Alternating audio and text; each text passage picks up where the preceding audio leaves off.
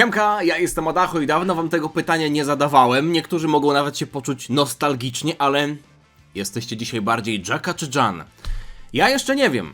Dużo zależy od tego, czy dzisiaj kartą, która została zapowiedziana, jest Hybeast, który na super ataku będzie mówił o piersiach Bulmy i będzie obrażał fryzurę Vegety.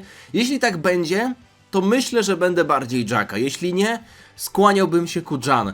Tak się składa, że dzisiaj o 10, ja to nagrywam 15 po, pojawiły się detale. Ja to wiem, bo mam informacje z wewnątrz.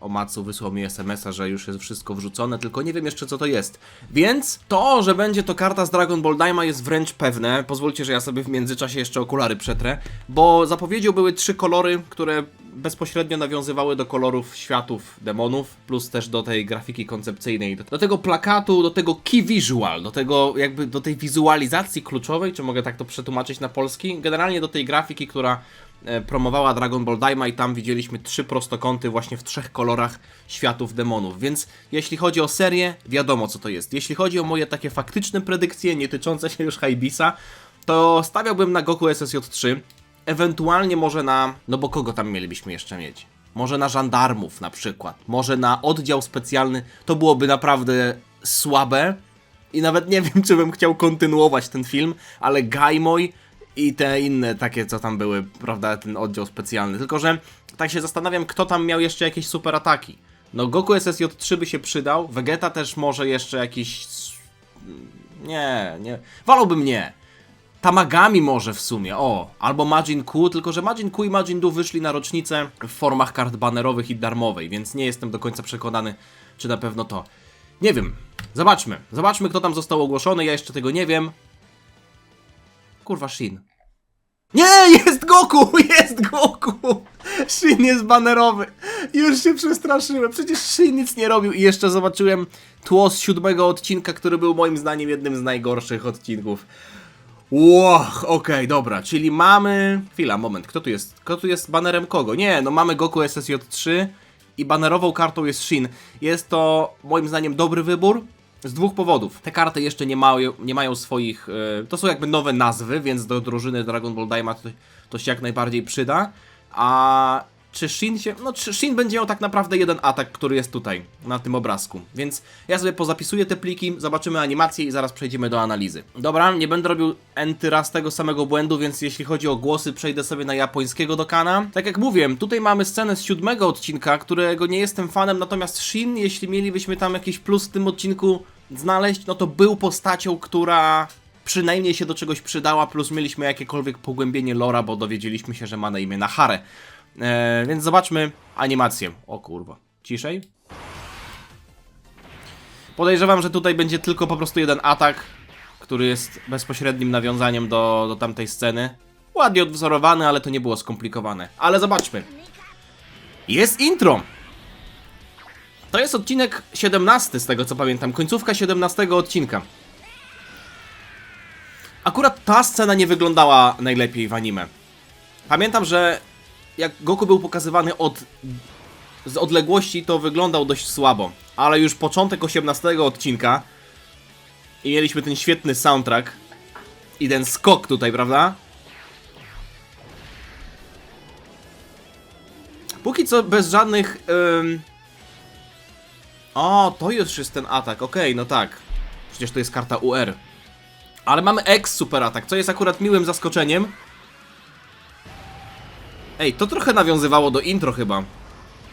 Ten efekt przy ładowaniu Kamehameha wręcz był... wzięty z końcówki intro chyba. W sensie openingu do Dragon Ball Daima. Nie jestem do końca pewien, tak mi się kojarzy, bo dawno nie oglądałem. I coś jeszcze? O! Active Skills Do! W sumie szkoda, że na przykład nie jest to karta Exchange, nie?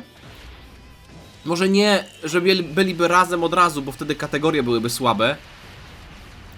Ale że Majin Buu nie jest po drugiej stronie tej karty jako Reversible Exchange. W sumie on w tej walce nie zrobił za dużo, więc to byłoby... może Standby to byłoby lepsze na przykład. O, czajcie coś takiego?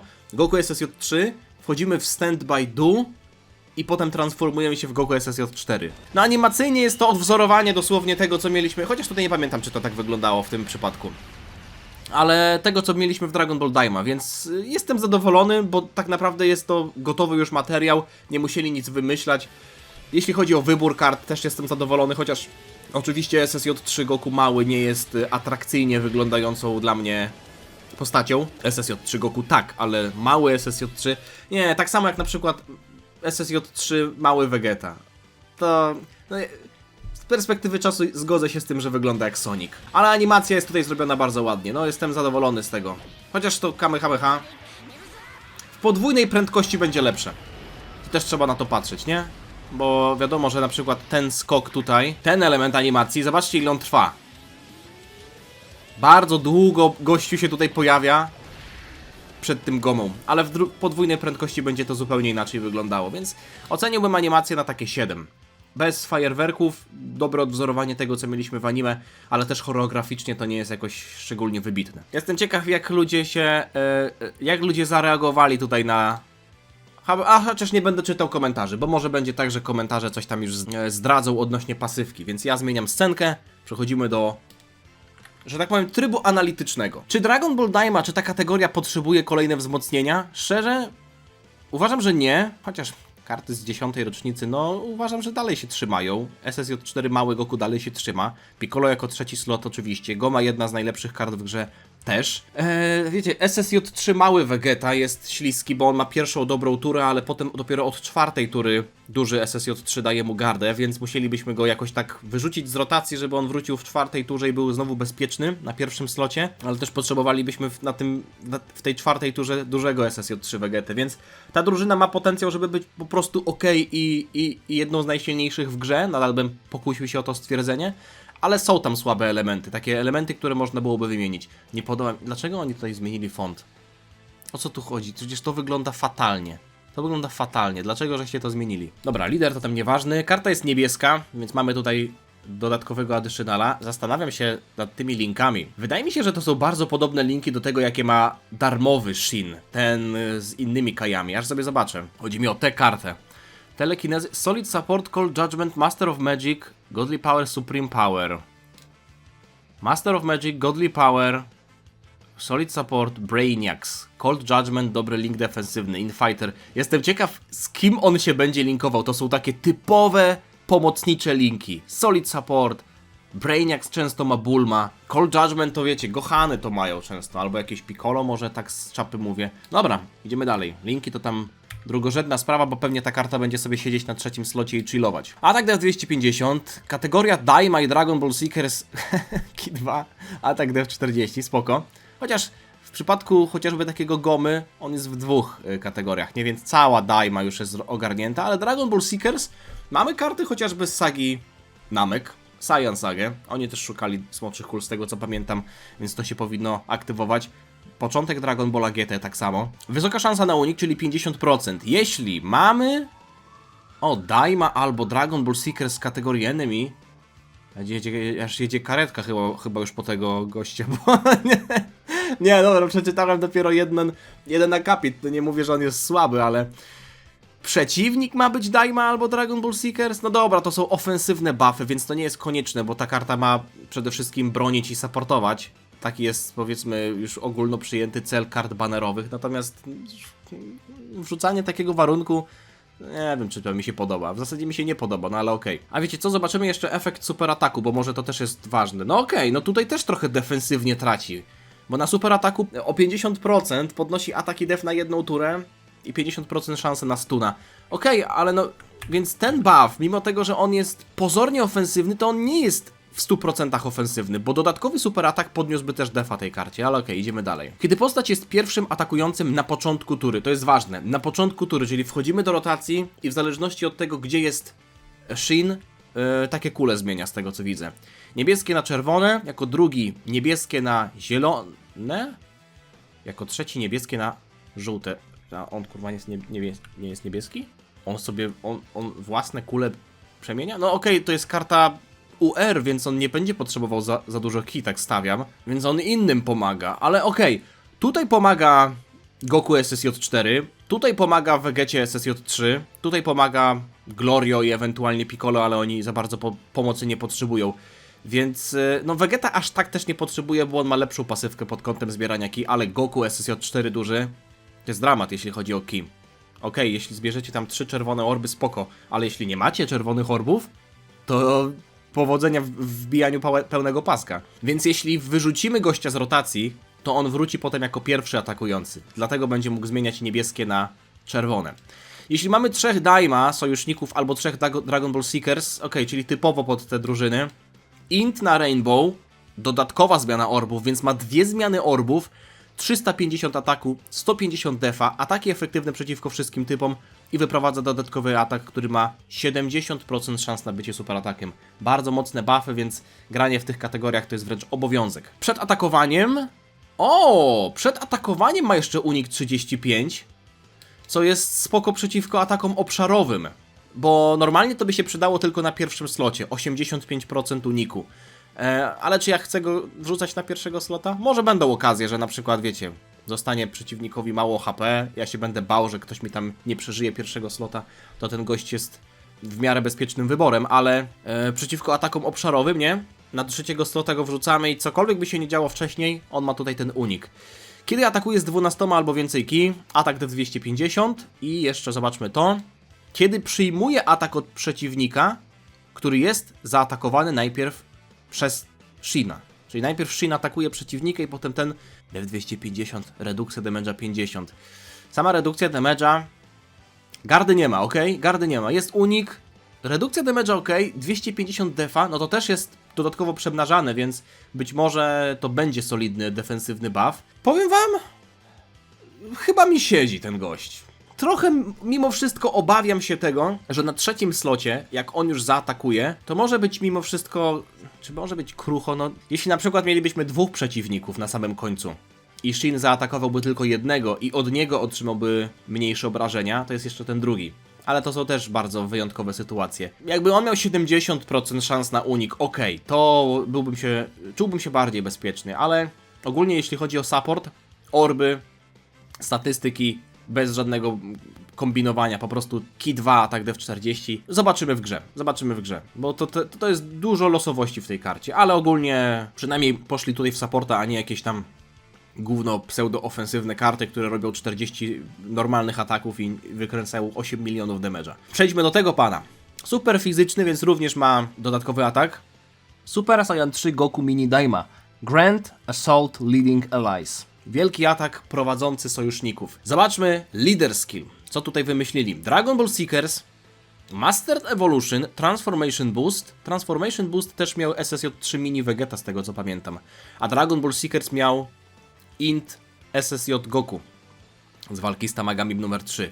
Ale Mastered Evolution dawno nie było.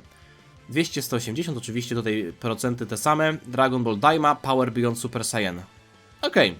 Czyli całe Dragon Ball Daima praktycznie dostaje, bo Seekers i Daima no to też Goma, Glorio, Pansy i tak dalej. Power Beyond Super Saiyan Transformation Boost. Wow! Mastered Evolution Power Beyond Super Saiyan. Bardzo obszerny leader skill na pierwszy rzut oka. Transformation Boost no to jest akurat kategoria, w której są różne karty. Freeza, nie wiem, Piccolo Daimao pewnie też transformujący się i tak dalej. Cell, ale Power Beyond Super Saiyan no to stricte tutaj dla postaci sajańskich, więc raczej karty super, ewentualnie właśnie Daima, chociaż czy na przykład Rose też jest Power Beyond Super Saiyan, Transformation Boost być może, natomiast no nie widzę tutaj jakieś dużo przestrzeni do dodawania Rose, ale tak po prostu sobie teoretyzuję. Na pierwszy rzut oka bardzo obszerny leader skill. Jestem ciekaw, czy ta karta będzie ograniczona jakkolwiek swoją pasywką, że trzeba będzie grać tym Daima i tak dalej. Golden Warrior, typowo dla złotowłosych sojuszników, Saiyan. Super Saiyan, Shocking Speed, Prepared for Battle, fajnie, że te dwa linki są. Kamehameha, Saiyan Warrior Race, Fierce Battle. Bardzo bym nawet powiedział solidny link set. Widzę, że tutaj są wielkie liczby w Active Skillu, ale przejdziemy sobie od początku. Dobra, intro. Intro mamy, kiedy mamy 3 albo więcej Dragon Ball Seekers albo Mastered Evolution sojuszników w drużynie. Nigdy nie pamiętam, czy to działa w taki sposób, że na przykład mielibyśmy 2 Dragon Ball Seekers, jednego Mastered Evolution i te kategorie by się nie powtarzały i reszta z dupy. I wtedy mamy 3, ale w sumie. Czy to też działa? Wydaje mi się, że tak, bo nie ma tutaj napisane w zależności od tego, z której kategorii jest więcej, ta jest liczona, tylko po prostu albo tych, albo tych. Mam trochę tych, więc intro się włącza. To akurat jest łatwe, no bo Dragon Ball Seekers, Mastered Evolution, obszerne kategorie, zwłaszcza, że karty z Dragon Ball Daima są w Dragon Ball Seekers. Jednorazowo, atak dev 300, garda i dodatkowy super atak przez 5 tur. Czyli powiedzmy, że jeśli trzymamy go w rotacji przez 3 pojawienia się. Chyba że go wyrzucimy, no to mamy pierwszą turę, czwartą i wtedy już w 6 on nie ma tych efektów. Ale pierwsza, trzecia i piąta przez 3 tury możemy mieć te efekty, ok. 300% całkiem sporo, zwłaszcza biorąc pod uwagę, że tutaj jest dodatkowy 300 w podstawowych efektach. Zmienia AGL na Rainbow. Nie gryzie się trochę z tym Shinem? AGL zmienia na Rainbow, tamten Int zmieniał na Rainbow, a AGL też zmieniał, chociaż wiecie co? No nie no, jeśli Shin wpadnie na pierwszym slocie, zmiana orbów postępuje w zależności od jakby patrząc na kolejność kart w rotacji. Czyli jeśli Shin będzie w pierwszym slocie w rotacji i zmieni karty, ale one już nie będą AGL wtedy. Okej. Tak to działa. Bo chodzi mi o to, że najpierw Shin zmieni niebieskie na czerwone, no ale potem ten Goku już nie zmieni tych czerwonych na Rainbow, bo one już nie będą niebieskie. Tak to jest przemyślane. Okej. Dobra, to nie rani mimo wszystko SSJ4 Goku czerwonego z 10. rocznicy. Niebieskie na Rainbow i to jest zawsze, to jest przydatne dla tej drużyny. Widać, że oni są świadomi tego, że Goku SSJ4 ma problemy z Ki. To jest, podejrzewam, że większość dla niego. Szansa na zwłaszcza, że to są karty UR, one nie muszą ładować dużo Ki. Szansa na kryta, szansa na unik i redukcję damage'a 33%. Dość uniwersalna umiejętność, natomiast same 33% no to nie jest dużo. Kiedy mamy 6 albo więcej sojuszników superklasy w drużynie. Ale przyjaciel może być Extreme. No tak, przyjaciel może być Extreme, ale nasza drużyna, albo ogólnie my możemy mieć jedną kartę Extreme i przyjaciel będzie super. Dodatkowy super atak i przeżywa nokauty raz na turę. Okej. Wiecie co? Zobaczę, jaki jest efekt super ataku, bo to jest istotne. Podstawowy, zwykły super atak, 50% ataku, def 30% na jedną turę. Czyli brak stakowania, tutaj nie ma średnika, więc mamy po prostu wszystko na jedną turę, tylko że atak nieco bardziej. Tego dawno nie było. Warunek Exa. Kiedy pierwszy atak w turze jest super atakiem, który miałby puścić kryta, 60% szans na przetransformowanie tego. Co za gówno? Co za gówno, czyli mamy RNG w RNG. Pierwszy atak musi być krytem i jeśli on jest krytem, to 60% szans. Dlaczego 60%? Przecież to jest mało. Chyba że efekt będzie jakiś potężny, no ale kurwa, i to jest tylko na pierwszy atak. Czyli nie wejdzie nam X, koniec, dziękuję. Tak samo jak w przypadku Goku SSJ4. No nie podoba mi się to, ale no wiem, że marudzę już od samego początku, ale no kurwa, co to ma być? Masywnie atak, def nadal 30% na jedną turę, ultimate damage. O! To jest mocny efekt. To jest mocny efekt. Sojusznicy krytują gwarantowany kryt sojuszników przez jedną turę. Okej. No okej. To też pomogłoby SSJ4 Goku dużemu częściej puszczać Exa, bo on też musi mieć kryta. Okej, bo no to jest silny efekt, ale może będzie tak, że ten Goku, ale kategorii, ja pierdzielę, więcej was matka nie miała, kryta będzie troszeczkę więcej w tej pasywce, więc to nie będzie tak, że szansa na kryta ogólnie jest mała, bo jest póki co tylko 33%. Przez 3 tury od wejścia, czyli powiedzmy, że 2 pojawienia się, jeśli go trzymamy w rotacji, redukcja damage'a 33 przed atakowaniem. Pachnie pierwszym slotem, powiem wam. Przy aktywowaniu active skill albo atakując 12 ki, atak 333. Co? Wow! No w końcu mamy jakąś mechanikę, która współpracuje z tym przeżywaniem knockoutów. Odradza 3%, jeśli HP to 1% albo mniej. Albo mniej, okej. 1% albo mniej to nie wiem ile może być 0. 0 to już umieramy. Tylko że 0,5%, ale to nie jest wyświetlane. Czyli wrzucamy go na pierwszego slota, dostajemy epę, przeżywamy na 1% i teoretycznie jest gra przegrana, bo nawet jeśli mamy 1 HP, to jak dostajemy double digits, to w sensie te dwucyfrówki, to przegrywamy tak czy siak. Ale gość odradza 3% HP przy atakowaniu, więc mamy powiedzmy ileś tam tysięcy zdrowia, więc przyjmując damage dwucyfrowy, przeżyjemy to normalnie, albo unikając. Ale jednorazowo odradza 30% HP. Bardzo mi się to podoba. Bardzo mi się to podoba. Dużo kart, które mają tę mechanikę Survive KO, nie ma takich rzeczy. Odradza HP gdzieś tam na końcu, że przeżywa knockout, a potem musi unikać. Przy przyjmowaniu ataku z 12 albo więcej ki, def 333, szansa na unik 33, jeśli HP to 33. Czyli troszeczkę to działa tak jak w przypadku tego nowego banerowego Piccolo w stroju z czerwonej wstęgi. Czyli otrzymujemy atak silny, który zbija nas do 1% HP i potem włącza nam się dodge. No to jest karta, która trochę pachnie pierwszym slotem, ale takim ryzykownym. Za każdą kulę zebraną szansa na kryta 10%. Okej, wszystko jasne. Wszystko jasne. 33% kryta mamy bazowo, plus ewentualnie sobie 7 kulek zbierzemy i mamy gwarantowanego kryta. I wtedy 60% na Exa już nie jest takie złe. Zobaczmy jeszcze Active Skilla. Resonance of Surging Power. Może być aktywowany, jeśli mamy Demonic Power sojusznika w tej turze, sojusznika w tej samej turze atakującej, albo począwszy od 5 tury od wejścia. Demonic Power to jest też Goku SSJ4, więc tutaj bez problemu. Tyle, że on musi być w tej samej turze i w zasadzie on może być aktywowany od samego początku. Od wejścia. Zobaczmy, co on robi. Atak 1333% tymczasowo. Ultimate Damage. Odradza 30% HP. Dragon Ball Seekers, Mastered Evolution. Def 30 przez 3 tury. Powiem wam tak. Dragon Ball Daima, ta drużyna, ona nie była słaba. Ale ta karta naprawdę wygląda jak bardzo fajny i taki ekscytujący pierwszy slot. Bo to nie jest karta pokroju, wrzucamy ją na pierwszego slota i mamy koniec gry. W sensie, że tankuje wszystko albo unika wszystko i jest trochę nudno. Tylko mamy tutaj pewnego rodzaju loterię, nie? Czy uniknie, czy wytrzyma, czy ile ataków będzie miał przeciwnik.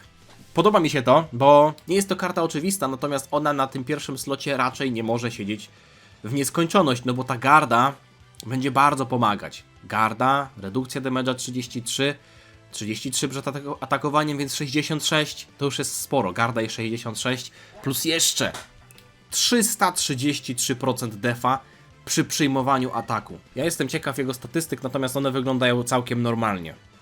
To jest oczywiście bez ukrytego potencjału zrobionego. Chyba będę po niego samonował, wiecie? Podoba mi się ta karta, chociaż też nie będę jakoś szczególnie szedł głęboko, bo pod koniec sierpnia mamy Global Dokkan Campaign, dużą celebrację, która będzie miała sporo nowych kart, więc nie chcę też jakoś szczególnie szaleć, ale podobają mi się te karty. Mamy Exa w końcu, chociaż śmierdział mi na początku ten warunek i on nadal jest trochę śmierdzący, bo on zależy od ilości zebranego ki, ale efekt tego Exa, gwarantowany kryt dla rotacji, mocne.